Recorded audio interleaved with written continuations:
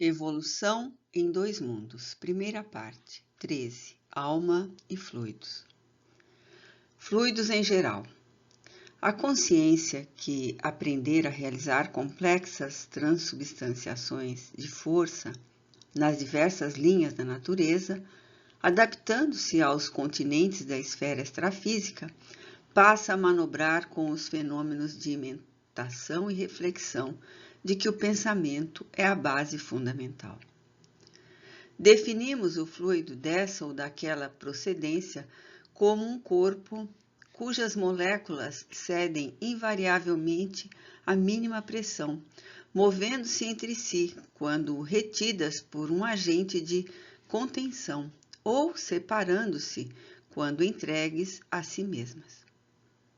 Temos assim os fluidos líquidos, elásticos ou aeriformes e os outrora chamados fluidos imponderáveis, tidos como agentes dos fenômenos luminosos, caloríficos e outros mais. Fluido vivo. No plano espiritual, o homem desencarnado vai lidar mais diretamente com um fluido vivo e multiforme, estuante e inestancável, a nascer-lhe da própria alma, uma vez que podemos defini-lo, até certo ponto, por subproduto do fluido cósmico, absorvido pela mente humana em processo vitalista semelhante à respiração, pelo qual a criatura assimila a força emanante do Criador, esparsa em todo o cosmo, transubstanciando-a sob a própria responsabilidade para influenciar na criação a partir de si mesma. Esse fluido é o seu próprio pensamento contínuo, gerando potenciais energéticos com que não havia sonhado. De certo que, na esfera nova de ação a que se vê arrebatado pela morte, encontra a matéria conhecida no mundo em nova escala vibratória. Elementos atômicos mais complicados e sutis, aquém do hidrogênio e além do urânio, em forma diversa daquela em que se caracterizam na gleba planetária, engrandecem-lhe a série estequiogenética. O solo do mundo espiritual, estruturado com semelhantes recursos, todos eles raiando na quintessência, corresponde ao peso específico do espírito e, detendo possibilidades e riquezas virtuais, espera por ele, a fim de povoar-se de glória e beleza. Porquanto, se o plano terrestre é o seio tépido da vida em que o princípio inteligente deve nascer, medrar, florir e amadurecer em energia consciente, o plano espiritual é a escola em que a alma se aperfeiçoará em trabalho de frutescência, antes que possa desferir mais amplos voos no rumo da luz eterna. Vida na espiritualidade. Na moradia de continuidade para a qual se transfere, encontra, pois, o homem as mesmas leis de gravitação que controlam a Terra, com os dias e as noites marcando a conta do tempo, embora os rigores das estações estejam suprimidos pelos fatores de ambiente que asseguram a harmonia da natureza, estabelecendo o clima quase constante e quase uniforme, como se os equinócios e os solstícios entrelaçassem as próprias forças, retificando automaticamente os excessos de influenciação com que se dividem. Plantas e animais domesticados pela inteligência humana durante milênios podem ser aí aclimatados e aprimorados por determinados períodos de existência, ao fim dos quais regressam aos seus núcleos de origem no solo terrestre, para que avancem na romagem evolutiva, compensados com valiosas aquisições de acrisolamento, pelas quais auxiliam a flora e a fauna habituais à Terra, com os benefícios das chamadas mutações espontâneas.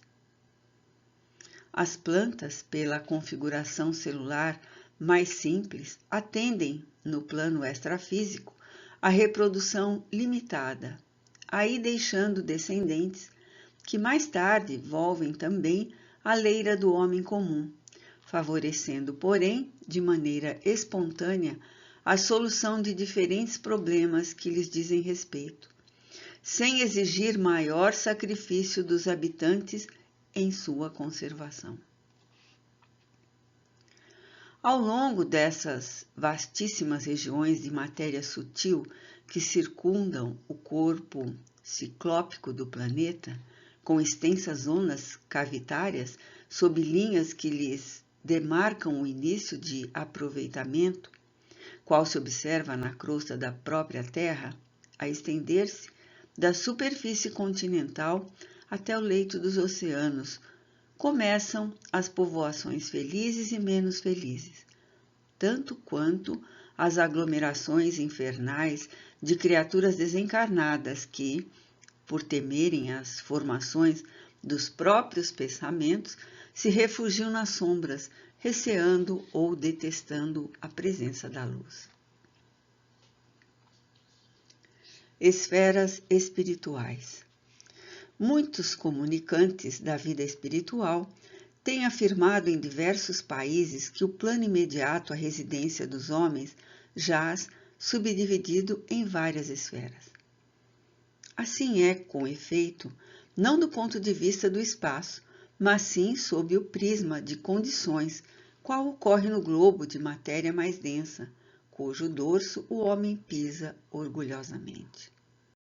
Para justificar a nossa asserção, lembraremos em rápida síntese que a crosta terrestre, na maior parte dos elementos que a constituem, é sólida, mas conservando aqui e ali vastas cavidades repletas de líquido quente ou de material plástico. Guarda o orbe grande núcleo no seio e que podemos considerar como se fosse plasmado num aço de níquel natural, revestido por grossa camada de rocha basáltica, medindo 2.000 quilômetros aproximadamente, de raio no topo do qual, ali e acolá, surgem finas superfícies de rocha granítica, entre as quais a face basáltica está recoberta de água. Mais ou menos nessa superfície reside a zona mais apropriada para indicar o limite do solo, que é, consequentemente, o leito do oceano. Temos, desse modo, os continentes do mundo como ligeira película, com a propriedade de flutuar à maneira de barcaças imensas sobre o maciço basáltico, película essa que mantém a espessura de 50 quilômetros em média. Encontramos assim, na constituição natural do planeta, desde a barisfera à ionosfera, múltiplos círculos de força e atividade na terra, na água e no ar, tanto quanto nos continentes identificamos as esferas de civilização e nas civilizações as esferas de classe a se totalizarem numa só faixa do espaço. Centros encefálicos. É, pois, um novo plano a dividir-se em variados setores de ação e de luta que a consciência desencarnada, agora relativamente responsável, vai conhecer o resultado de suas próprias criações na passagem pelo campo carnal, através dos reflexos respectivos em seu pensamento. O fluido em que se lhe imprime os mais íntimos sentimentos e que lhe define os mais íntimos desejos. Com a supervisão dos orientadores divinos, associaram-se-lhe no cérebro o centro coronário e o centro cerebral em movimento sincrônico de trabalho e sintonia.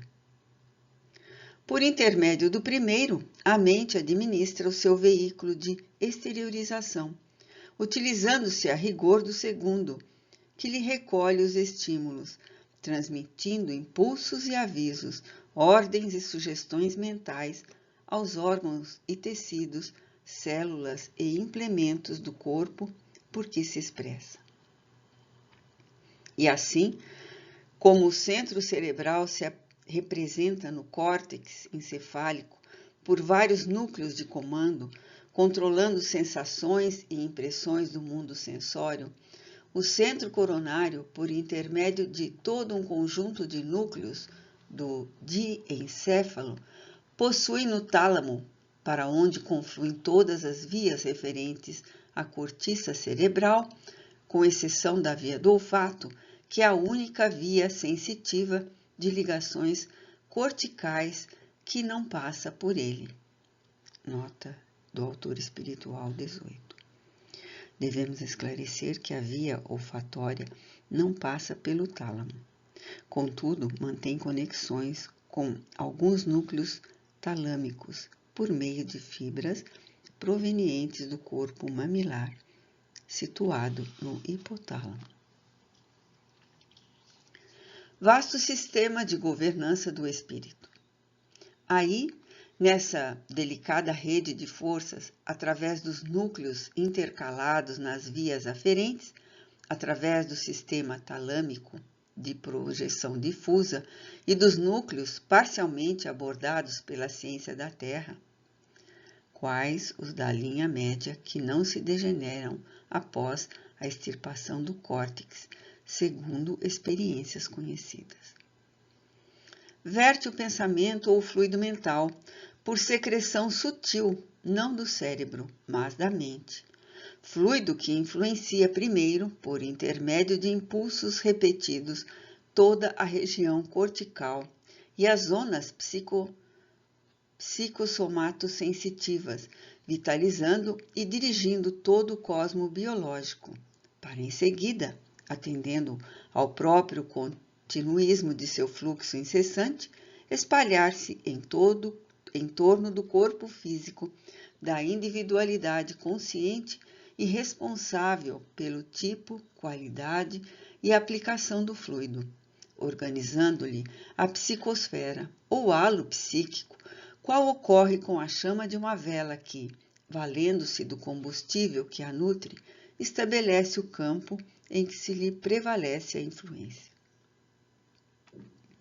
Esse fluido ou matéria mental tem a sua ponderabilidade e as suas propriedades quimioeletromagnéticas específicas, definindo-se em unidades perfeitamente mensuráveis, qual acontece no sistema periódico dos elementos químicos no plano terrestre, compreendendo-se que, em círculos da inteligência mais evoluída, surpreendentes combinações dos fatores conhecidos podem ser efetuadas com vistas a certos fins, como sucede atualmente na Terra, onde elementos como o netúnio, o plutônio, o americium e o cúrio podem ser artificialmente produzidos.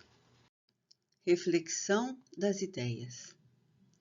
A partícula de pensamento, pois, como corpúsculo fluídico, tanto quanto o átomo, é uma unidade na essência, a subdividir-se, porém, em diversos tipos, conforme a quantidade, qualidade, comportamento e trajetórias dos componentes que a integram.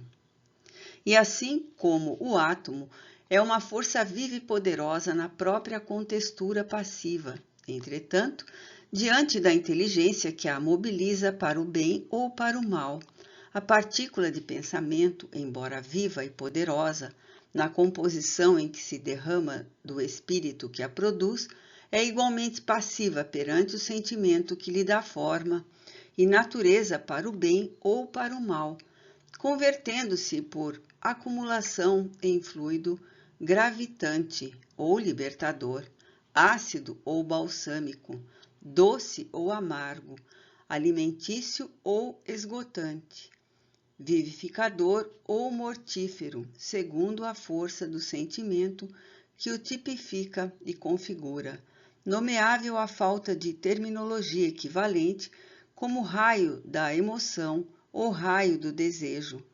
Força essa que lhe opera a diferenciação de massa e trajeto, impacto e estrutura. Com o fluido mental, carregam-se desse modo não apenas as disposições mentos-sensitivas das criaturas em atuação recíproca, mas também as imagens que transitam entre os cérebros que se afinam pela reflexão natural e incessante, estabelecendo-se as ideações progressivas que, originariamente, vertidas dos espíritos superiores, transmitem aos desencarnados da Terra as noções de civilização mais apurada. E por essas mesmas entidades, em contato com as tribos encarnadas do Paleolítico, semelhantes noções descem para o chão planetário, disciplinando as criaturas e ofertando-lhes novos horizontes à visão e ao entendimento. Pela reflexão das ideias, surge assim entre as duas esferas entranhado circuito de forças. Inteligência artesanal. O plano físico é o berço da evolução que o plano extrafísico aprimora.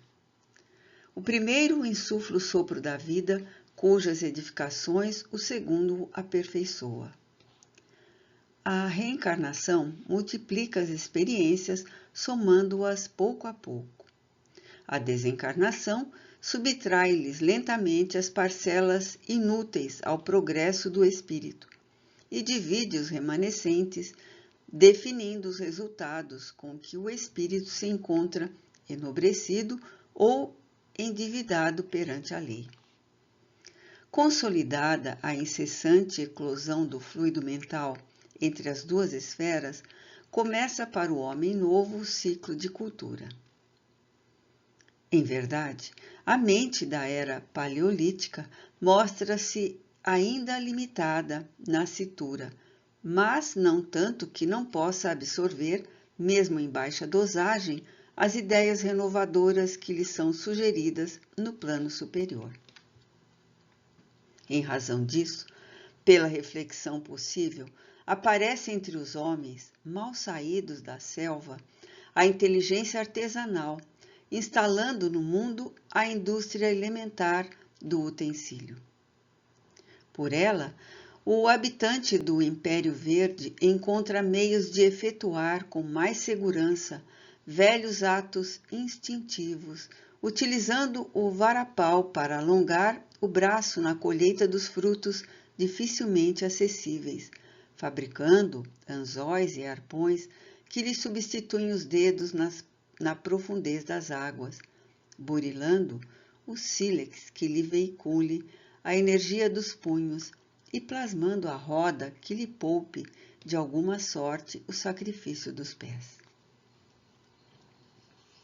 Plasma criador da mente. É pelo fluido mental, com qualidades magnéticas de indução, que o progresso se faz notavelmente acelerado. Pela troca dos pensamentos de cultura e beleza em dinâmica expansão, os grandes princípios da religião e da ciência, da virtude e da educação, da indústria e da arte, descem das esferas sublimes e impressionam a mente do homem, traçando-lhe profunda renovação ao corpo espiritual, a refletir-se no veículo físico que, gradativamente, se acomoda a novos hábitos. Épocas imensas despenderá o princípio inteligente para edificar os prodígios da sensação e do automatismo, do instinto e da inteligência rudimentar.